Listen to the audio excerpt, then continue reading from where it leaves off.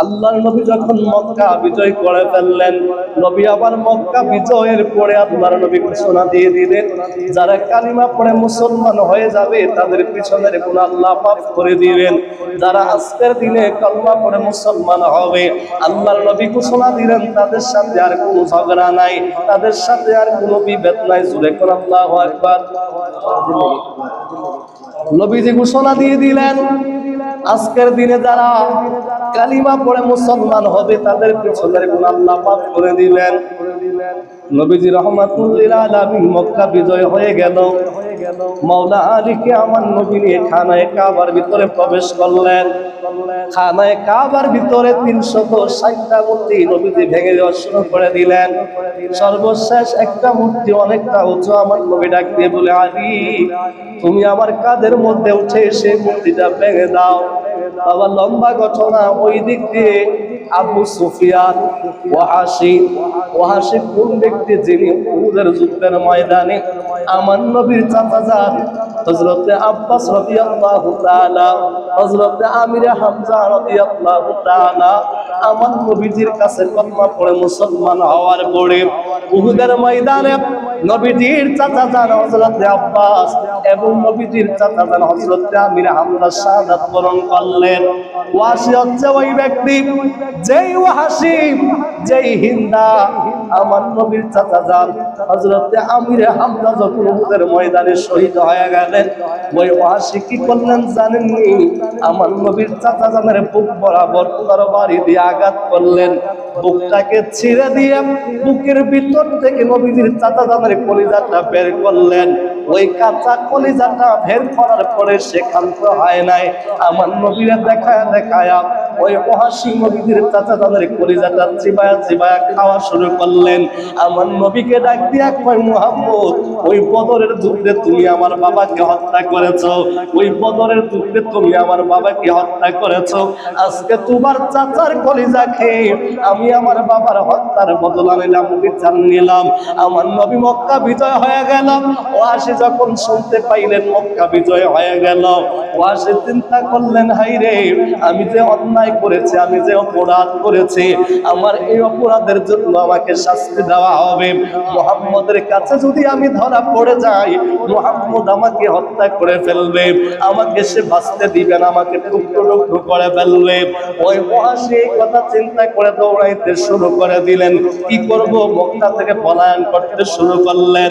যাইতে যাইতে অনেক দূর যাওয়ার পরে কে যেন ডাক দিয়ে বলে, ওয়াহাশি রে তুমি কি জানো না নবীজি ঘোষণা দিয়েছেন কেউ যদি কালিমা পড়ে মুসলমান হয়ে যায় আল্লাহ রাব্বুল আলামিন তার পিছনের সমস্ত গুনাহ মাফ করে দিবেন এবং তাকে কোনো আঘাত করা হবে না, তাকে কোনো বদলা দেওয়া লাগবে না।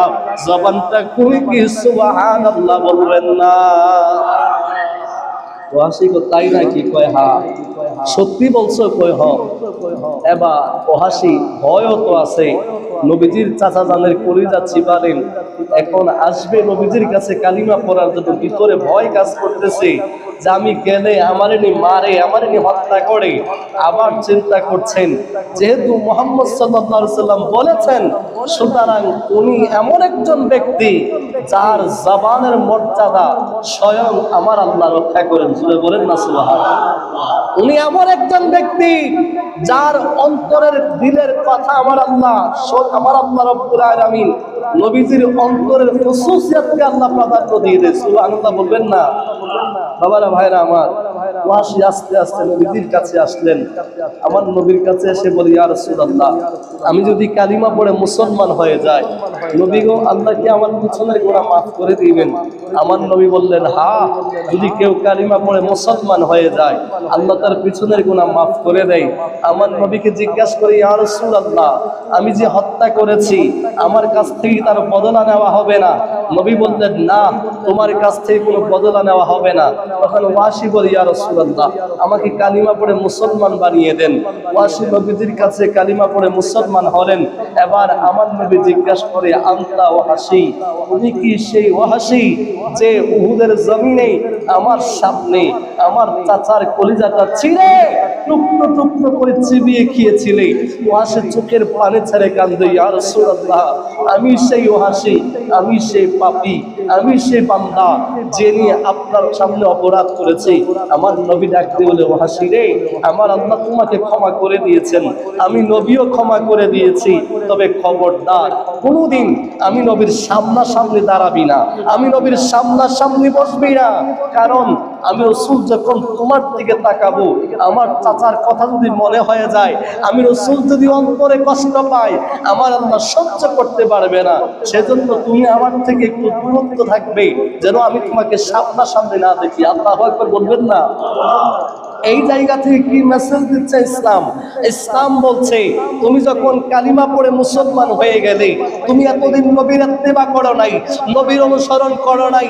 আল্লাহ বলে, হাবিব, যেই মাত্র এত পাপী বান্দাটা, যিনি আপনার চাচাকে কষ্ট দিল, আপনাকে কষ্ট দিল, শুধুমাত্র হত্যা করে ক্ষান্ত হয় নাই, শহীদ করেই তার হৃদয়টা ঠান্ডা হয় নাই, জবাই করে দিল, শরীরটা টুকরো টুকরো করে দিল, কলিজাটা বের করে ফেললো, টুকরো টুকরো করে চাবায়া চাবায়া কাঁচা কলিজাটা খেলো, তারপরেও আপনার অনুসরণ করার কারণে আমি আল্লাহ, শুধু আপনার ইজ্জতের কারণে তাকে আমি আল্লাহ মাফ করে দিতে পারি। আরে কেমন নবীর উম্মত! ইয়া রাসূলুল্লাহ, শুধুমাত্র মাফ করে দিলাম এমন না, ওই বান্দার পিছনের গুনাহ মাফ, ওই বান্দাকে যদি তার মৌতটা যদি ঈমানের সাথে হয়, আমি আল্লাহ তার ব্যাপারে ডিক্লার দিয়ে দিলাম। কি ডিক্লার? রাদিয়াল্লাহু আনহুম ওয়া রাদু আনহু, আল্লাহ তাদের উপর খুশি, আমি আল্লাহ তাদের উপর খুশি, তারাও আমি আল্লাহর উপর খুশি হয়ে। কিতাব প্রমাণ করে ওই ওয়াহাশি জীবনে আর কোনদিন নবীদের সামনাসামনি এসে দাঁড়ায় নাই, নবীর সামনাসামনি বসে নাই। ওই দিন কালিমা পড়ার পরে এই যে ওয়াহাশি চলে গেল, যখনই তার মনে হয় চোখের পানি ফালায়া ফালায়া কান্দে, এই ওয়াহাশি তুমি কান্দো কেন? তো একটাই কারণ, এত কষ্ট দেওয়ার পরেও তিনি কেমন নবী যিনি মাফ করে দেয়? এটা কেমন ধর্ম যেখানে প্রতিশোধ নেওয়া হয় না? এই জন্য আমি কাঁদি, আমি কি ভুলটাই না করেছি, কি অন্যায়টাই না করেছি, ইসলামের বিরোধিতা করে, নবীজির বিরোধিতা করে। কিন্তু আফসোস, এখনো আমাদের সমাজে টুপি দাড়িওয়ালা বহুত মৌলবী আছে, বহুত মুন্সি আছে, যাদের মুখে নবীর সুন্নাত, মাথায় নবীজির সুন্নাত, শরীরে নবীজির সুন্নাত, দাবি করে নবীর উম্মত, কিন্তু তারপরেও আমার নবীকে কষ্ট দেয়। কথা বলে ঠিক, কথা বলে ঠিক। এজন্য আল্লাহ বলে, মাইয়ুতির রাসূলা ফাকাদ আতা আল্লাহ, যেই ব্যক্তি রাসূলের ইত্তেবা করবে, নবীর অনুসরণ করবে, সেজন্য আল্লাহর ইত্তেবা অনুসরণ করে। রাসূল বলেন না সুবহানাল্লাহ। শুধুমাত্র তাই না, আমার নবীজির হাদিস, ওয়ান আবি হুরায়রা রাদিয়াল্লাহু তাআলা আন قال قال رسول الله صلى الله عليه وسلم من আতানি ফাকাদ আতা আল্লাহ। এতক্ষণ তো আল্লাহর কোরআনের আয়াত থেকে বললাম, এবার রাসূলুল্লাহর হাদিস শুনে যা। নবী কি বলেন? আমার নবী বলেন, মান আতানি ফাকাদ আতা আল্লাহ, যে ব্যক্তি আমার ইত্তেবা অনুসরণ করবে, সে যেন আল্লাহর ইত্তেবা অনুসরণ করলো। জোরে বলেন না সুবহানাল্লাহ। তারপরে নবীজি বলেন, ওয়ামান আসানি ফাকাদ আসা আল্লাহ। আফসোস, যেই ব্যক্তি আমাকে অস্বীকার করে, যেই ব্যক্তি আমার অবাধ্যতা করে, সে যেন আল্লাহর অবাধ্য হয়ে গেল। জুড়ে বলেন না নাউজুবিল্লাহ। নবীজির অবাধ্য করে এমন লোক আছে না নাই? কথা বলেন না, আছে না? যারা সমাজে সুদ খায়, সুদ খাওয়া কি আমার নবীর অনুসরণের ভিতরে পড়ে? সুদ খাওয়া আমার নবীর অনুসরণের ভিতরে পড়ে না। সুদ খাওয়ার মাধ্যমে কি নবীজির অনুসরণ করা হলো, নাকি নবীর অবাধ্যতা করা হলো?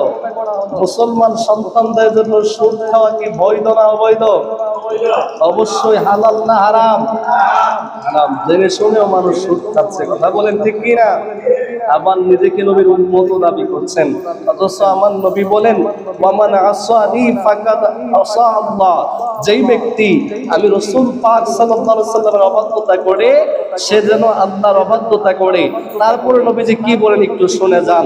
তারপরে আমার নবী রাহমাতুল লিল আলামিন বলেন ওয়ামান আতা আমিরিল ফাকাদ আতানি ওয়ামান আসাল আমিরি ফাকাদ আসানি। রাসূল বলেন যেই ব্যক্তি আমার আমিরের অবাধ্যতা করলো সে আমারই অবাধ্যতা করলো। এখানে আমির বলতে রাসূল কি বুঝিয়েছেন? আমার নবী রাহমাতুল লিল আলামিন আমরা জানি রাসূলুল্লাহর গাজওয়ায়ে জিদ্দিগির সিরাত যখন বলা হয় প্রত্যেকটা যুদ্ধে কাউকে না কাউকে নবীজি সেনাপতি বানাতেন। কথা বলেন ঠিক কিনা? এই সেনাপতি বানাতে গিয়ে এখন যেমন আমাদের মধ্যে হিংসা আছে, আছে না নাই? কথা কোন নাই মনে হয় হিংসা আছে না? হিংসা এটা বড় কঠিন একটা রূপ। আমাদের ভিতরে লোভ আছে না নাই? হিংসা লোভ এই জিনিসগুলো খুব পুরাতন রূপ, এর নতুন সিম্পটম না। এই হিংসার কারণে আমাদের আমল বরবাদ হয়ে যায় আমরা জানি। লোভের কারণে পাপের পূজা বাড়ি হয়ে যায় আমরা জানি না। তো সাহাবায়ে কেরামের যুগেও যারা নতুন মুসলমান হতেন সবার ঈমান আকীদা তো একরকম। আবু বকর সিদ্দিকের ঈমান আর অন্য একজন সাহাবীর ঈমান একরকম। তো অনেক সময় আনসার এবং মুহাজিরদের মধ্যে একটু তর্ক হতো কি নিয়া, যে আমির কে হবে, নেতা কে হবে। কিন্তু আমি যখন সাহাবায়ে কেরামের কিছু কিছু জীবনী তালাশ করি তখন অবাক হয়ে যায়। এক যুদ্ধের ময়দানে সাহাবায়ে কেরাম ক্লান্ত শরীর নিয়ে আহত অবস্থায় একজন ডাক দিল পানি। একজন সাহাবীর কাছে অবশিষ্ট পানি ছিলেন, ওই সাহাবী পানি পান করবেন এমন অবস্থায় যখন ডান পাশ থেকে চিৎকার আসলো পানি, সে দৌড়ে ডান পাশের সাহাবীর কাছে গেল। বাম পাশে আরেকজন ডাক দিলেন পানি, ওই সাহাবী বলছে আমার ভাইটাকে আগে দাও।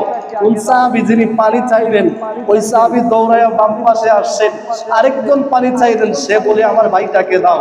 এভাবে চারজন সাহাবীর কাছে ঘুরে কেউ পানি পান করতে পারে নাই, চারজনই শহীদ হয়ে গেল। সুরে বলি ইন্না লিল্লাহি ওয়া ইন্না ইলাইহি রাজিউন। চিন্তা করে দেখেন একটুকু পানি নিজের পান করলে তৃষ্ণাটা নিবারণ হতো, কিন্তু যখন আরেকটা ভাই ডাক দিলেন তিনি নিজে পান না করে সেখানে পাঠিয়ে দিলেন। এই হচ্ছে নবীর সাহাবীদের আদর্শ। আর আমাদের আদর্শ কি? আমার আছে আরো লাগবে, আমার আছে আরো লাগবে, দরকার পড়লে ফেলে দিব, তারপরও পাশের বাড়ি কাউকে দেব। এইটা তো কোনো মুসলমানের আদর্শ না। কথা বলেন ঠিক কিনা? আপনি চিন্তা করে দেখেন আজকে মুসলমানদের যে আদর্শ হওয়ার কথা আমাদের মধ্যে বাস্তবিক করতে সে আদর্শ আমাদের মধ্যে নাই। আপনি ব্যবসা করতে যাচ্ছেন, আজকে অধিকাংশ মুসলমান ব্যবসায়িকদের ভিতরে সিন্ডিকেট আছে, আছে না নাই? সবাই যে খারাপ তাও বলছি না, আবার সবাই যে ভালো সেটাও বলতে পারছি। বলতে পারবেন? কিন্তু এই মজুদদারি প্রথা সিন্ডিকেট যেটাকে বলা হয়, ইসলামের সিন্ডিকেট কৃত্রিম সম্পদ তৈরি করা ইসলামের স্পষ্ট হারাম। স্পষ্ট কি?